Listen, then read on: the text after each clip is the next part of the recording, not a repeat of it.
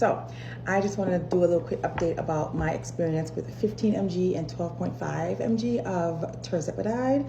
I was with 10 mg. I was on 10 mg for 8 weeks, and it was lovely.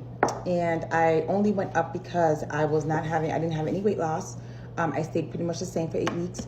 I moved up to 12.5. And the minute I moved up to 12.5, I had, like, my anxiety levels went up. And I'm not an anxious person, but the minute, it only happened the first day of injection though, with 12.5, and I didn't like that. So I couldn't wait to get rid of 12.5. It also really bloated me. So 12.5 was not my friend. Like, I didn't get any weight loss. I didn't see anything good happening. My inflammation didn't feel like it was down at all. And I just felt bloated and unhappy. So I left 12.5 and went to 15. 15 did not bloat me, but 15 made my anxiety worse. So I don't know if that's anyone else's experience, but for me, 15 was not my friend either. I just felt completely out of whack. I did not feel like myself. I just felt more emotional. Like, it was just not for me. So I knew, like, I had to leave 15. Also, 15 gave me insane nausea, and I've never had much nausea on any of the other doses. I had a little bit of nausea on 5 mg because, you know, my system's probably getting used to it, whatever, but I've never had nausea as bad. Like, it would wake me up in the middle of the night, nausea. So 15 is not my friend. So I was glad to go back down to 10 mg. I really want to go back down to 5, but my clinician was like, no, let's put you back on 10 mg. So I'm back on 10. It's been a week. I feel good.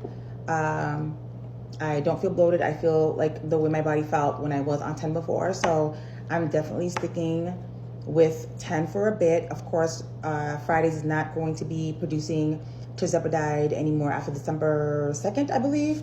So I'm either going to quit my journey or quit my journey and move on to maybe adding things like lipo-C, lipo-B, and Simorelin maybe, because I feel like I've been on this medication since March and I have not seen huge amount of weight loss really with it. So I don't know if tirzepatide is really for me, but I don't want to move to semaglutide, that was an option. I have my own feelings about semaglutide. I just don't want to, and that's just my feelings about that. So I don't know where I'm going to go next. She did offer, the clinician from Fridays did offer oral tirzepatide, and I don't know, has anyone like heard or tried, or I haven't seen much on that. I'm going to do my own research, of course. I don't know about that.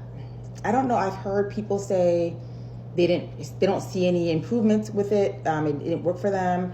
I've heard people say that it worked for them better than the injections. So I'm like, I don't want to be a guinea pig, you know? So I don't know what I should be doing about that one. I don't know. I'm still thinking about it. So we'll see. I might just like take a few months off and just focus on other things, like adding other kind of peptides to my stack and just sticking with that until I get to my weight loss goal. Because I don't know about the oral. I don't know. Is anybody on it? Do you know anyone on it? I just want to get a little bit more feedback. I haven't received much feedback on that. So anyway, that's my journey. I'm back on 10. I'm happier on 10. My lipo-C, my lipo-B, they are lipoing. That makes any sense. I feel good on them anyway. And yeah, so that's my update. I don't know. I think people have had different experiences with 12.5 and 15. People have felt like it's their thing, it's their sweet spot, it's their, you know, it's their thing. But for me, it was not. 12.5 and 15 was not for me. And I'm happy to stay on 10 for a couple of more months until I figure out what's my next step. So that's my update. Hopefully before the end of the year, I can at least get a little bit more inches and pounds off. So wish me luck, guys.